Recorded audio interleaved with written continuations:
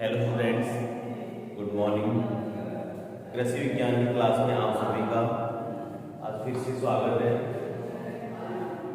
कल तक की वीडियो में हम चौथे चैप्टर के बारे में डिस्कस कर रहे थे। चौथा लेसन हमारा कंप्लीट हो गया था। 3 लेसन कंप्लीट कराते हैं बेटा, पहला, तीसरा और चौथा। पहला, तीसरा और चौथा। पहले लेसन में सॉइल फर्टिलिटी एंड प्रोडक्टिविटी के बारे में पढ़ा था। सेकंड लेसन में पढ़ने सिंचाई के बारे में पढ़ लिया और थर्ड लेसन में पढ़ने खरपतवारों के बारे में पढ़ लिया। 3 लेसन कंप्लीट हो गए। आज अपन छठा लेसन स्टार्ट करेंगे। कौन सा लेसन बेटा? छठा लेसन स्टार्ट करेंगे। कौन सा लेसन स्टार्ट करेंगे? छठा लेसन स्टार्ट करेंगे।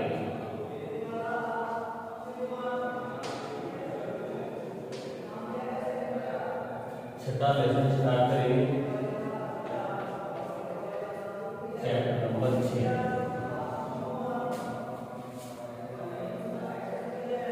चैप्टर नंबर 6 अपन स्टार्ट करेंगे। 6 चैप्टर में पाठ का नाम बेटा फसलोत्पादन। पाठ का नाम क्या है?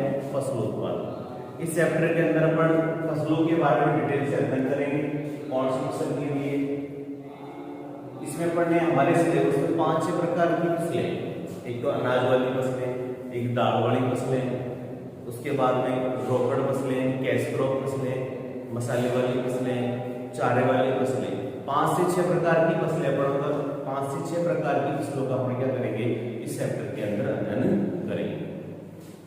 एक चीज का ध्यान रखना, जैसे जैसे पढ़ा रहे हैं वैसे वैसे आपको याद करते जाना है। ये नहीं कि आप याद नहीं कर रहे हो। बाद में ये चैप्टर आपके 6 नंबर का चैप्टर है। कितने नंबर का चैप्टर बेटा? 6 नंबर का चैप्टर है। अंकवार लिख लो चाहिए, अंकवार। सॉरी 8 नंबर, ये आपके 8 नंबर का चैप्टर है। कितने नंबर का चैप्टर बेटा? 8 नंबर का चैप्टर। इसके अंदर, इस चैप्टर के अंदर टोटल करीबन 30 क्रॉप है। Total 30 crop. अनाज सबसे पहले अनाज वाली पढ़ेंगे, उसके बाद में दाल वाली पढ़ेंगे, उसके बाद में रोकड़ क्रॉप पढ़ेंगे, उसके बाद चारे वाली पढ़ेंगे और लास्ट में पढ़ेंगे अपन मसाले वाली फसलें पढ़ेंगे। पाठ का नाम डालो, पाठ नंबर 6 इधर डालो। पाठ नंबर 6 फसलोत्पादन। ठीक है बेटा, पाठ नंबर 6 फसलोत्पादन। सबसे पहले पढ़ेंगे इसमें अनाज वाली फसलें। कौन सी? अनाज वाली फसलें। ये फसलें पढ़ना स्टार्ट करेंगे। सबसे पहले पर फसल पढ़ेंगे चावल वाली। कौन सी फसल पढ़ेंगे बेटा? चावल। पहली फसल चावल। धान बोल दो यानी ब्रैकेट में चावल है तो कुछ भी बोल सकते हैं। धान बोल दो जो चावल हो। अब धान और चावल में डिफरेंस होता है थोड़ा सा, लेकिन यहाँ पे धान बोल दो जो चावल एक ही बात। धान को होती है, धान जो चावल होता है उसके ऊपर भूसा चढ़ा रहता है तो धान होती है, और भूसा निकलने के बाद चावल बाहर आ जाता है, क्या होती है? चावल कहते हैं। उसे क्या कहते हैं? चावल कहते हैं। अब इसका सबसे पहले हम पढ़ेंगे बॉटनिकल नेम। इसका बॉटनिकल नेम होगा बेटा ओरिजा सिटाइवा। क्या होगा? ओरिजा सिटाइवा। ओरिजा सिटाइवा है। चावल का बॉटनिकल नेम ओरिजा सिटाइवा है। ओरिजा सिटाइवा है। ओरिजा सिटाइवा है। उसके बाद में इसका कुल पढ़ेंगे। इसका जो कुल है वो क्या है? ग्रीन यानी पोइस। ग्रेनी या पोइस। चावल का कुल क्या होगा बेटा? ग्रेनी या पोइस। ग्रेनी या पोइस। बॉटनिकल नेम क्या होगा? ओरिजा सिटाइवा। कुल क्या होगा? ग्रेनी या पोइस। अब बात आती है इसकी उत्पत्ति स्थान की। उत्पत्ति स्थान, इसका उत्पत्ति स्थान है बेटा दक्षिणी पश्चिमी एशिया, सॉरी दक्षिणी पूर्वी एशिया। दक्षिणी पूर्वी चावल का वर्टिकल लेवल क्या हो गया ओरिजिन से कुल क्या हो गया ग्रेनियम ओएसी। उत्पत्ति स्थान चावल का दक्षिणी पूर्वी एशिया, दक्षिणी पूर्वी एशिया, दक्षिणी पूर्वी एशिया। उत्पत्ति स्थान क्या हो गया चावल का दक्षिणी पूर्वी एशिया। अब यहाँ तक किसी को समस्या है? अरे बिल्कुल अंगुलियों में लगना चाहिए। धान का वर्टिकल लेवल ओरिजिन से कुल क्या हो गया ग्रेनियम ओएसी। अब एक चीज का ध्यान रखना, जो भी अपन अनाज वाली फसलें पड़ेगी सारी की सारी कौन सी कुल की होगी बेटा? ध्यान रखना ग्रेनियम ओएसी। अब फैमिली में कोई समस्या नहीं होगी। अब हमें इतना पता होना चाहिए कि हमारे सिलेबस में कौन कौन सी अनाज वाली फसलें। सबसे पहले हमें ये ध्यान रखना चाहिए कि हमारे सिलेबस में कौन कौन सी अनाज वाली फसलें, जैसे धान, ज्वार, बाजरा, मक्का, गेहूं और जौ। 6 क्रॉप है टोटल अनाज वाली। कितनी क्रॉप है बेटा? 6 क्रॉप है। कितनी क्रॉप हो गई? 6 क्रॉप है। कितनी क्रॉप हमारे सिलेबस में? 6 क्रॉप। उसमें सबसे पहले उठाइए अपन धान या चावल। वर्टिकल लेवल क्या हो गया ओरिजिन से रहेगा। कुल क्या हो गया ग्रेनियम ओएसी। और उत्पत्ति स्थान हो गया धान का दक्षिणी पूर्वी एशिया। धान का उत्पत्ति स्थान क्या हो गया दक्षिणी पूर्वी एशिया, दक्षिणी पूर्वी एशिया, दक्षिणी पूर्वी एशिया। उसके बाद पढ़ेगा पर महत्व पढ़ेगी इसका।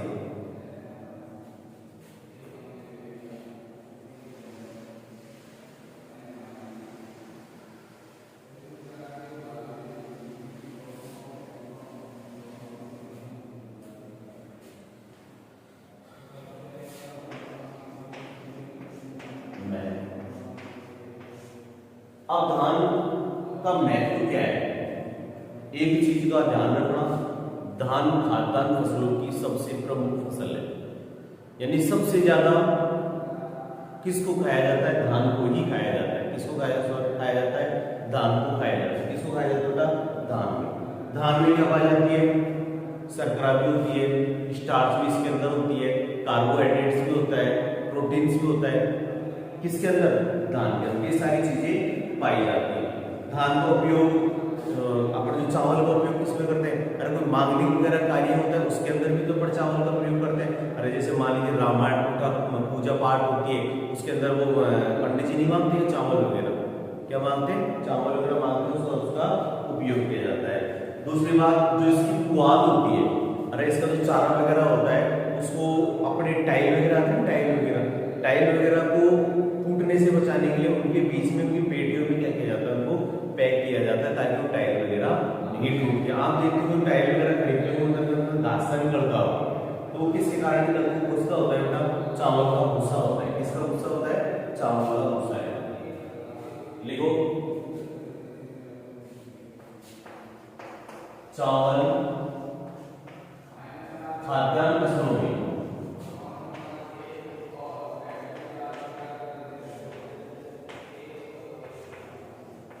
चावल खाद्यान्न फसलों में सबसे प्रमुख फसल है। सबसे प्रमुख फसल है।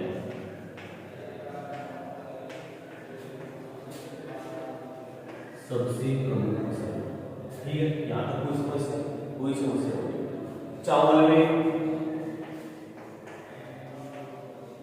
चावल में क्या पाया जाता है? स्टार्च पाया जाता है। क्या पाया जाता है? स्टार्च प्रचुर मात्रा में पाया जाता है। चावल में स्टार्च प्रचुर मात्रा में पाया जाता है। चावल में स्टार्च होता है वो क्या होता है? प्रचुर मात्रा में पाया जाता है। अब एक चीज का ध्यान रखना बेटा, चावल में प्रोटीन हर बार पूछी गई है। एग्जाम में हर बार पूछता है कि चावल के अंदर प्रोटीन कितनी पाई जाती है। तो ध्यान रखना चावल के अंदर 6 से 7% प्रोटीन पाई जाती है। कितनी पाई जाती है बेटा? 6 से 7%। चावल में आगे लिखो, चावल में कार्बोहाइड्रेट कितना होता है बेटा? चावल में कार्बोहाइड्रेट चावल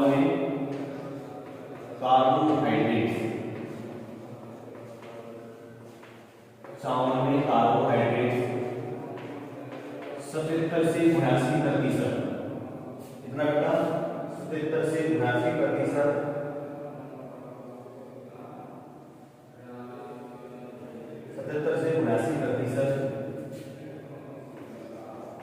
पाया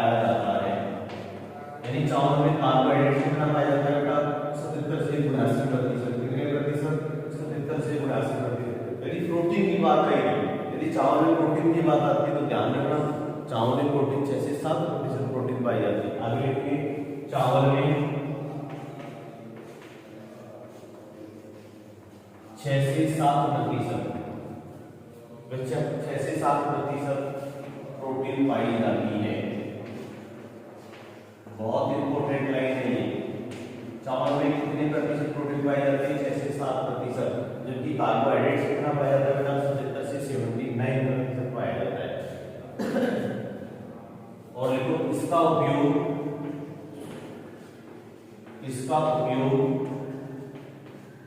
मांगलिक कार्यों में, इसमें बेटा मांगलिक कार्यों में,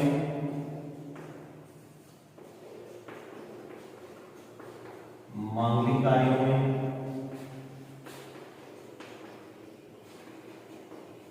एवं उत्सवों में किया जाता है, एवं उत्सवों में किया जाता है।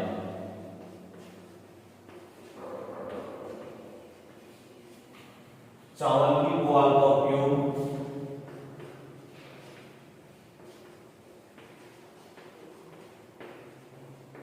चावल की पुआल का उपयोग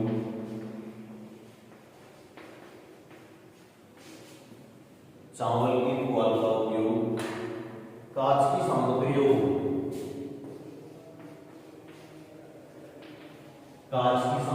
को पैकिंग करने के लिए किया जाता है। कांच की सामग्रियों को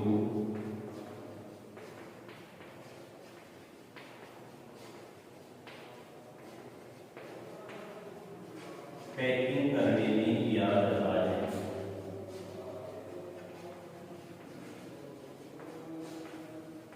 अब बताओ कहाँ ये पढ़ के चावल का है, यानी चावल खाद्यान्न की सबसे प्रमुख फसल कौन सी? चावल।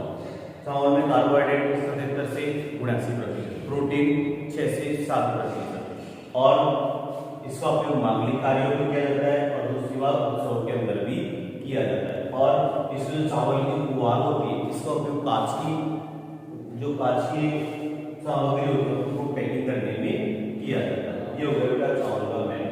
चावल का पर्टिकल है कुल ग्रेमिया पोएसी। उत्पत्ति स्थान चावल का दक्षिणी पूर्वी एशिया। अब बात आती है जलवायु की।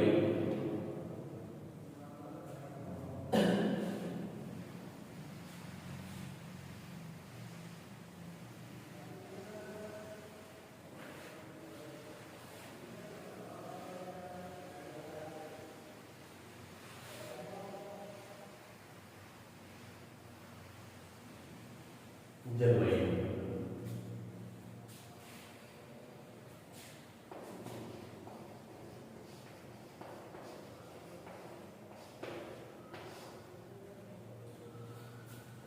चावल के लिए कौन सी जलवायु? ध्यान रखना इंपॉर्टेंट, बहुत ही इंपॉर्टेंट है कि निम्न में से चावल के लिए जलवायु कौन सी है, तो ध्यान रखना उष्ण एवं नम जलवायु।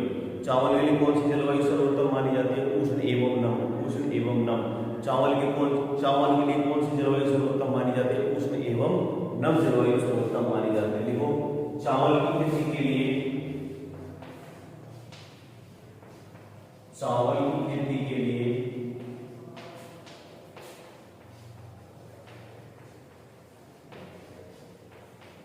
उष्ण एवं नम जलवायु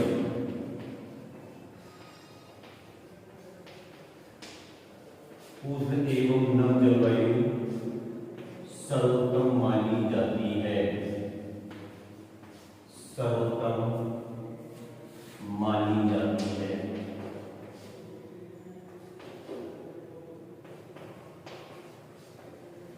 यानी चावल की खेती के लिए कौन सी जलवायु सर्वोत्तम मानी जाएगी? दिमाग में उठा लेना उष्ण एवं नम। भारत के बारे में जब आप जेट की तैयारी करोगे, सुपरवाइजर की तैयारी करोगे, डब्ल्यू की तैयारी करोगे, उनमें ध्यान रखना ऐसे ही क्वेश्चन पूछ जाते हैं। ये क्वेश्चन बहुत ही इंपॉर्टेंट है कि चावल के लिए कौन सी जलवायु सर्वोत्तम मानी जाती है? तो ध्यान रखना, उष्ण एवं नम जलवायु सर्वोत्तम मानी जाती है। कौन सी जलवायु बेटा? उष्ण एवं नम जलवायु सर्वोत्तम मानी जाती है। अब धान की वृद्धि के लिए एवं पकते समय कितना डिग्री सेल्सियस तापमान की आवश्यकता होती है? ध्यान रखना, 25 से 30 डिग्री सेल्सियस तापमान की आवश्यकता होती है। जब धान वानस्पतिक वृद्धि करेगा और पकेगा उस समय टेम्परेचर कितना चाहिए? 25 से 30 डिग्री सेल्सियस तापमान चाहिए। 25 से 30 डिग्री सेल्सियस तापमान चाहिए। देखो बेटा, धान की वृद्धि के लिए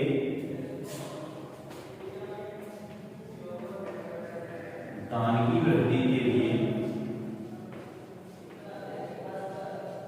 धान की वृद्धि के लिए एवं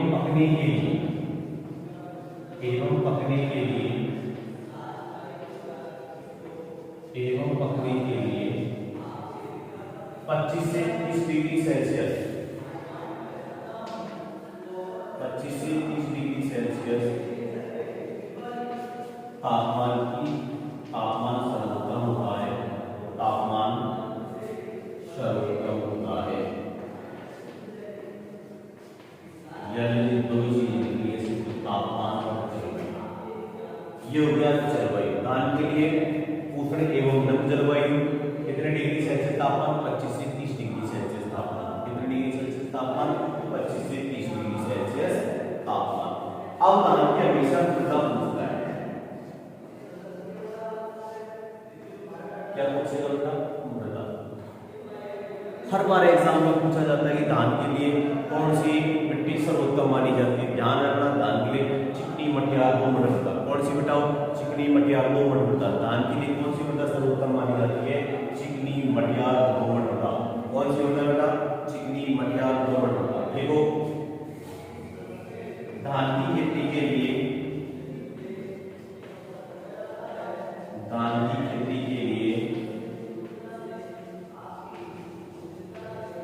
चिकनी, मटियार, दोमट मृदा बहुत इंपॉर्टेंट है। चिकनी, मटियार, दोमट मृदा। चिकनी, मटियार, दोमट मृदा सर्वोत्तम मानी जाती है। धान के लिए चिकनी, मटियार, दोमट मृदा उपयुक्त होती है।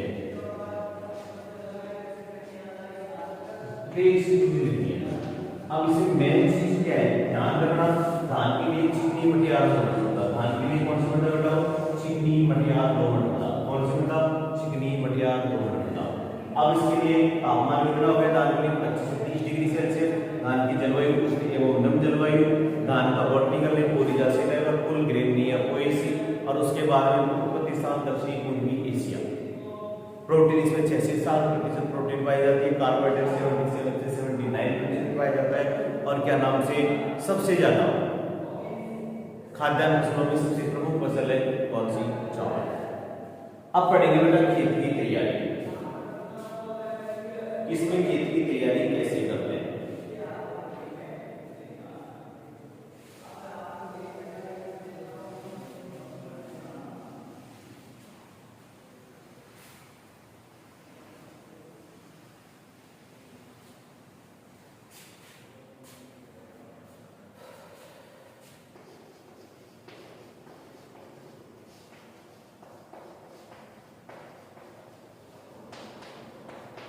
आपसे एक क्वेश्चन पूछो बेटा कि धान के खेतों से कौन सी गैस निकलती है? ध्यान रखना, मीथेन गैस निकलती है। धान के खेतों से कौन सी गैस निकलती है? मीथेन गैस निकलती है। धान के खेतों से कौन सी गैस निकलती है? मीथेन गैस निकलती है। कौन सी गैस निकलती है बेटा? मीथेन गैस निकलती है। कितनी कौन सी गैस निकलती है? मीथेन। मैं आपसे पूछूं धान की जलमांग कितनी होती है? मैंने पहले भी बताया था, धान की जलमांग होती है बेटा 900 से 2500। पढ़ाया था तीसरे चैप्टर में। धान की जो जलमांग पूछता है 900 से 2500 एम। धान की जलमांग कितनी होती है बेटा? 900 से 2500 एम। कितनी होती है? 900 से 2500 एम। कौन सी गैस निकलती है धान के खेतों से? ध्यान रखना, मीथेन गैस। कौन सी गैस निकलती है बेटा? Methane gas. कौन सी गैस निकलेगी? मीथेन। अब एक चीज का ध्यान रखना, जो बायोगैस होती है, जो बायोगैस संयंत्र जो प्लांट होता है उससे भी कौन सी गैस निकलती है बेटा? Methane gas. कौन सी गैस निकलती है? Methane gas. जो बायोगैस प्लांट बनाते हैं, जो गोबर वाला गोबर प्लांट बनाते हैं, उससे भी कौन सी गैस निकलती है? जलवायु कितनी होती है 900 से 25 mm। और एक चीज का ध्यान रखना, धान यूरिया को किस रूप में ग्रहण करता है, नाइट्रोजन को किस रूप में ग्रहण करता है, तो ध्यान रखना एमाइड के रूप में ग्रहण करता है। किसके रूप में ग्रहण करता है, एमाइड के रूप में ग्रहण करता है।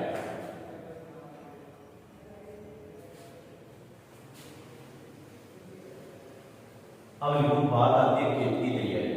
अब खेत की तैयारी अपन से पहले हमको ये पता होना चाहिए कि अपन धान की बुआई सीधी बुआई के लिए खेत की तैयारी करेंगे या रोपाई के लिए खेत की तैयारी करेंगे, इस चीज का ध्यान होना चाहिए। सबसे पहले खेत की तैयार करने की दो विधियां हैं। खेत की तैयारी करने की दो विधियां हैं। कितनी विधियां हैं बेटा, दो विधियां हैं। चलो अब बता देते हैं, कोई दिक्कत नहीं। कितनी विधियां हैं बेटा, दो विधियां हैं। पहली विधि है सीधी बुआई के लिए। कौन सी विधि है पहली, सीधी बुआई के लिए।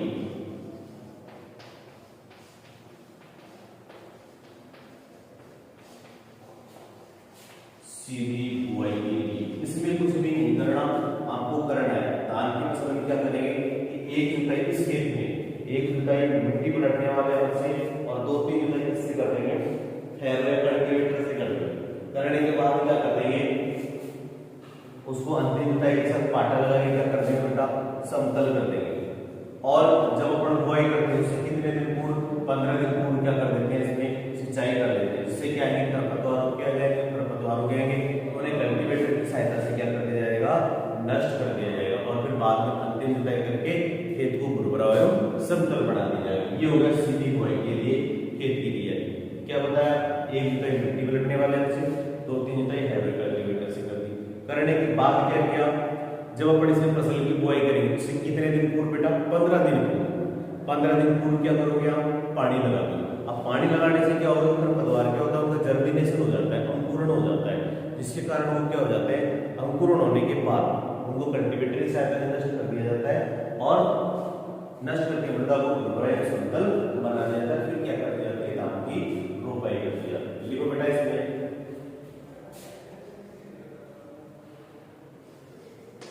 धान के खेत की तैयारी करते समय धान की फसल के लिए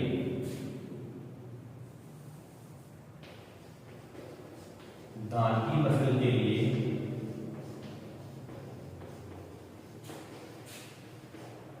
की फसल के लिए एक जुताई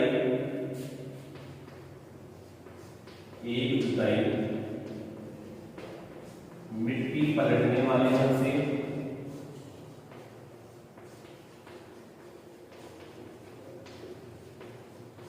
मिट्टी पलटने वाले से तथा दो या तीन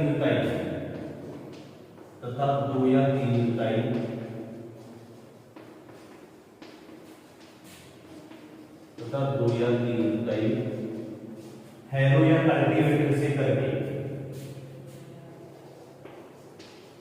हैरो या कल्टीवेटर से, दो या तीन जुताई हैरो या कल्टीवेटर से कर देनी चाहिए।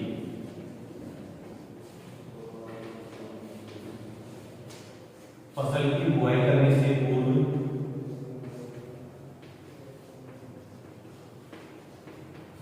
फसल की बुआई करने के 15 दिन पूर्व, बुआई करने के 15 दिन पूर्व, फसल की बुआई करने के 15 दिन पूर्व खेत में पानी लगा देना चाहिए। खेत में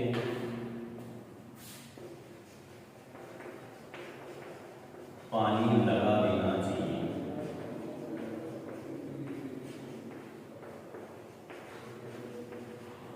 क्या कर देना चाहिए, खेत में पानी लगा देना चाहिए बुआई करने के 15 दिन। जिससे क्या होगा, जिससे खरपतवारों का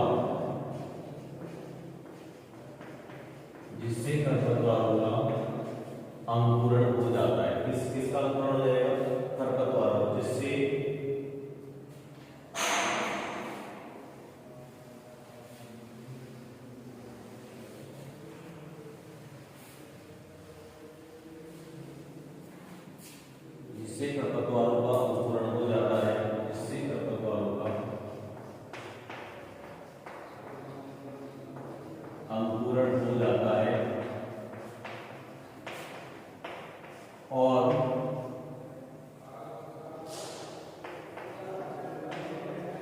कल्टीवेटर की सहायता से उनको नष्ट करके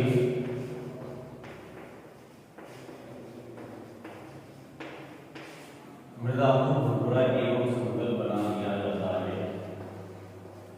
मृदा को भुरभुरा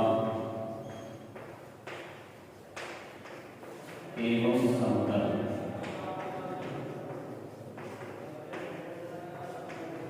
बना दिया जाता है। अब बताओ कहाँ समझेगा? ये पढ़ने खेत की तैयारी। खेत की तैयारी दो मेथड से होती है, दो विधियों के द्वारा होती है। तो सीधी बुआई के लिए और रोपाई के लिए। सीधी बुआई के लिए अपन क्या करेंगे? एक जुताई मिट्टी में रखने वाले अंक से, 2 या 3 जुताई हैरो या कल्टीवेटर से करेंगे। जब अपन फसल की बुआई करेंगे तो उसके कितने दिन पूर्व बेटा? 15 दिन पूर्व खेत में क्या लगा देंगे? पानी लगा देंगे। अब पानी लगाने से क्या होगा? इसका अंकुरण हो जाएगा, खरपतवारों का अंकुरण हो जाएगा। अब खरपतवारों का अंकुरण होगा तो कल्टीवेटर की सहायता से उनको क्या कर देते हैं? अपन नष्ट कर देते हैं। और नष्ट करने के बाद क्या करेंगे? उनको क्या करेंगे? नष्ट कर देंगे। नष्ट करने के बाद मृदा को क्या करेंगे? भुरभुरा एवं समतल बना देंगे। ये पहला मेथड। अब पढ़ेंगे दूसरे रोपाई का। दूसरा मेथड पढ़ेंगे रोपाई का।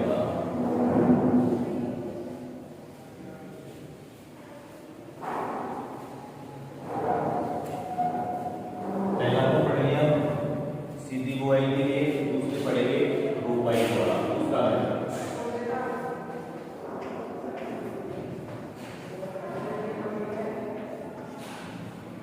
यानी जिस खेत में अपन को इस प्रकार की खेती उन क्षेत्रों में की जाती है कि जहां पर्याप्त मात्रा में क्या होता है? पानी उपलब्ध रहता है। क्या रहता है बेटा? पानी उपलब्ध रहता है। इसमें क्या करते हैं? 20 से 25 टन सड़े गोबर की खाद प्रति हेक्टेयर की दर से खेत में मिला देते हैं। देखो इस प्रकार की खेती उन क्षेत्रों में की जाती है, इस प्रकार की खेती उन क्षेत्रों में की जाती है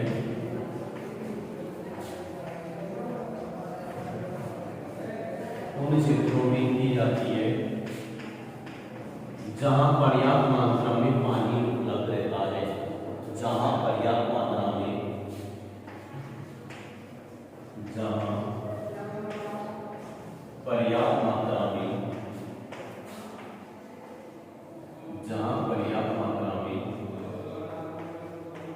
पानी उपलब्ध रहता है।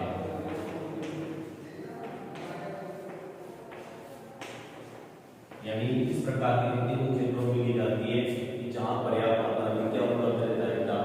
पानी उपलब्ध रहता है।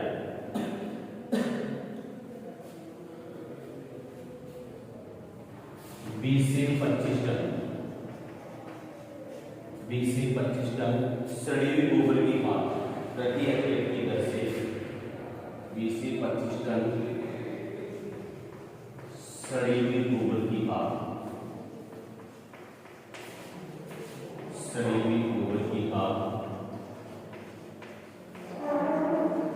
प्रति हेक्टेयर की दर से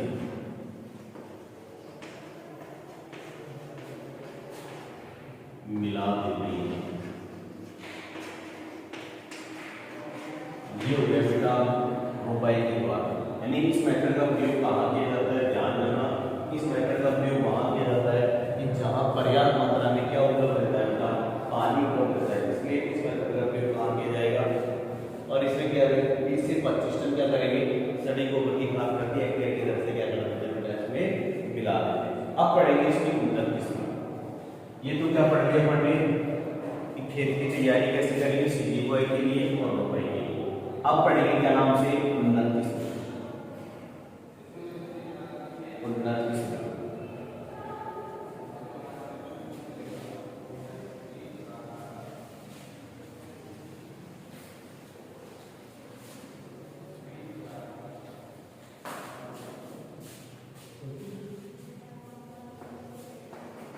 उन्नत किस्में।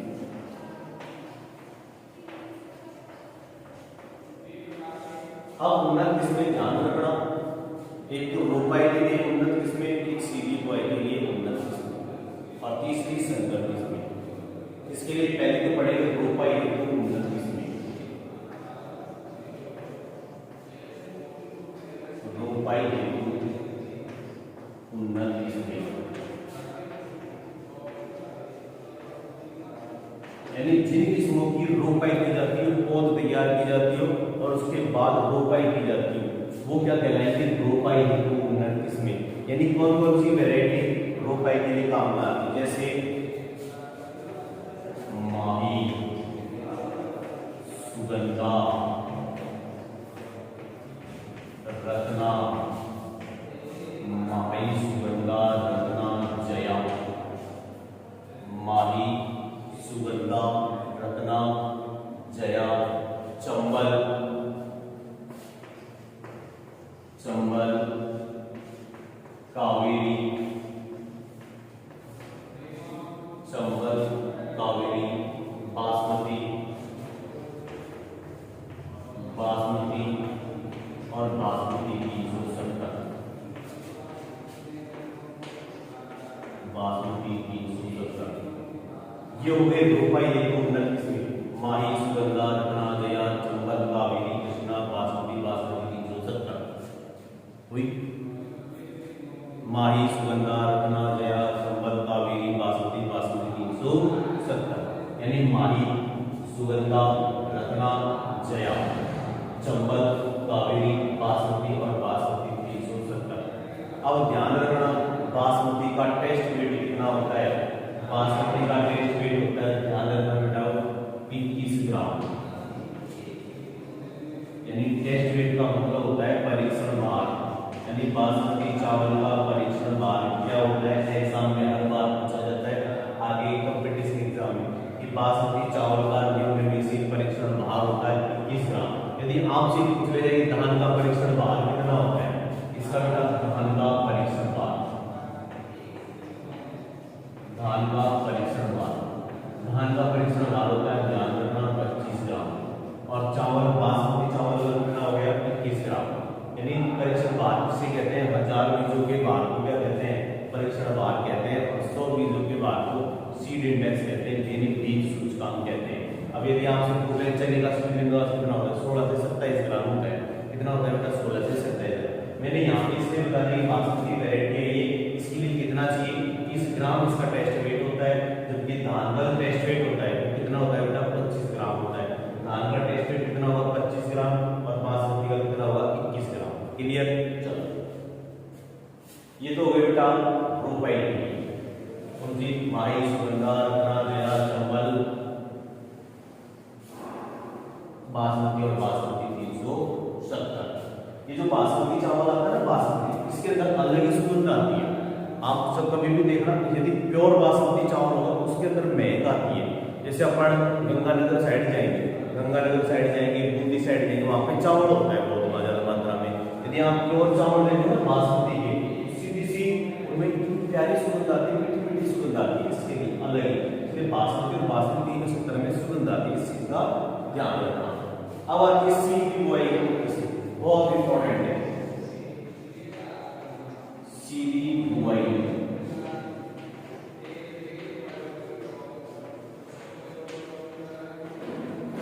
बहुत इंपॉर्टेंट है। सीधी बुआई उन्नत किस्में एग्जाम में पूछा जाता है हमेशा। सीधी बुआई किसमें? बाला, दूसरा, टू डैश, 1। कुर्सी होगी सीधी बुआई के लिए, ध्यान रखना। सीधी बुआई के लिए बाला और एक होती है दूसरा, 2 डैश 21। यानी सीधी बुआई के लिए कौन सी किस्म होगी बेटा? बाला और दूसरा 2 डैश 21। ध्यान रखना, धान की सीधी बुआई के लिए निम्न में से उपयुक्त किस्में, निम्नलिखित किस्में बाला डैश 221, बाला डैश 221, बाला अलग है, दूसरा 2 डैश 21। ध्यान रखना इसी तरह। सीधी बुआई के लिए बाला डैश, दूसरा 2 डैश 21। ठीक है, आप पढ़ेंगे संकर किस्में।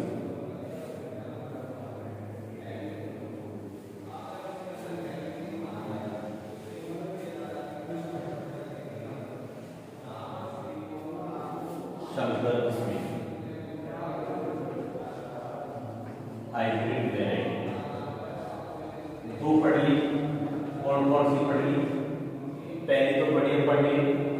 भाई माई सुगंधा रत्ना जया, माई सुगंधा रत्ना जया चंबल कावेरी बासमती बासमती 370। उसके बाद पढ़ी CDY के लिए दो इंपॉर्टेंट कौन सी है, एक तो बाला और एक पूसा 2-21, बाला पूसा 2-21। ठीक है बेटा। अब पढ़ेंगे इसके बाद में संकर किस्म। संकर किस्म में ध्यान रखना, एक तो है पूसा राइस, पूसा राइस 10। कौन सी बेटा? Pusa rice, Pusa rice. एक है हाइब्रिड प्लस,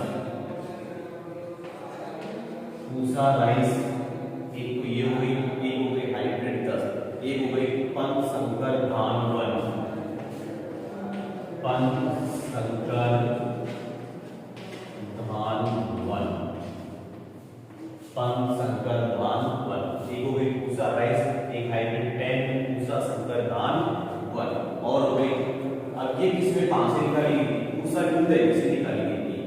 ये किसमें कहां से निकाली गई थी? देखो ये इसमें पूसा नई दिल्ली। अब पूसा नई दिल्ली में किसके द्वारा निकाली गई थी? ध्यान रखना बेटा ICAR के द्वारा निकाली गई थी। किसके द्वारा निकाली गई थी? ICAR, Indian council agriculture research के द्वारा ये विकसित की गई, के द्वारा निकाली गई। अब ICAR की छोटी सी कहानी है। ICAR की स्थापना कब हुई थी? ध्यान रखना, ICAR की स्थापना 1939 में हुई और कहाँ हुई थी? पूसा नई दिल्ली। एक संस्थान और है इसका कहेगा IARI, दूसरा संस्थान और है एक IARI। इसी तालुका की इंडियन एग्रीकल्चर रिसर्च इंस्टीट्यूट। इसकी स्थापना हुई थी बेटा 1905 में। कब हुई थी? 1905 में हुई थी। चलो स्वागत था, ये हो गई संकर किस्में कंप्लीट। ये दो संस्थान थे, एक तो ICAR था और एक संस्थान था IAR। दो संस्थान थे, पहला था ICAR और दूसरा संस्थान था IARI। ICAR की स्थापना हुई थी, ध्यान रखना, 1929 में हुई। कब हुई थी? 1929 में हुई और वो हुई थी पूसा न्यू दिल्ली, नई दिल्ली के अंदर इसकी स्थापना हुई। अब IAR की छोटी सी कहानी है। अब छोटी सी कहानी के कि सबसे पहले फिप्स प्रयोगशाला की स्थापना हुई। इसकी बेटा फिप्स प्रयोगशाला की स्थापना। अब फिप्स प्रयोगशाला की स्थापना कब हुई थी? ध्यान रखना 1905 की हुई और कहाँ हुई थी? गंडक नदी के किनारे हुई। कौन सी नदी के किनारे बेटा? गंडक नदी के किनारे। अब उसके बाद में क्या हुआ कि 7 नवंबर 1936 की बात थी, तब की बेटा 7 नवंबर 1936। अब उसमें क्या आ गया? भूकंप आ गया। क्या कहते हैं? भूकंप आ गया। अब भूकंप आने के कारण क्या हो गई? IARI की बिल्डिंग क्या हो गई बेटा? क्षतिग्रस्त हो गई। ये जो फिफ्थ प्रयोगशाला थी इसकी बिल्डिंग क्या हो गई? क्षतिग्रस्त। तो इसे सीधा कहां ट्रांसफर कर दिया गया? पूसा नई दिल्ली। कहां ट्रांसफर कर दिया बेटा? पूसा नई दिल्ली में। तो इसकी स्थापना आगे समझ कहां हुई थी? 1905 में। और कहां हुई? पूसा बिहार में। यदि आपसे पूछता है कि स्थापना कहां हुई तो पूसा बिहार में। यदि आपसे पूछता है कि वर्तमान में कहां स्थित है तो आपको बताना है पूसा न्यू दिल्ली। आज की वीडियो बेटा इतनी चर्चा करेंगे। आज अपन ने छठा लेसन स्टार्ट किया था, जिसमें अपन ने सबसे पहले अनाज वाली फसलों में धान की फसल स्टार्ट की है। धान की फसल का अपन ने बॉटनिकल में, उसके बाद में कुल, उसके बाद में उत्पत्ति स्थान, उसके बाद में जलवायु तथा उसके बाद में मृदा और उसकी खेत की तैयारी और उन्नत इसके बारे में क्या है? डिस्कस किया है। आगे जो इस लेसन का जो भी पार्ट बचा है वो अगली वीडियो में चर्चा करेंगे।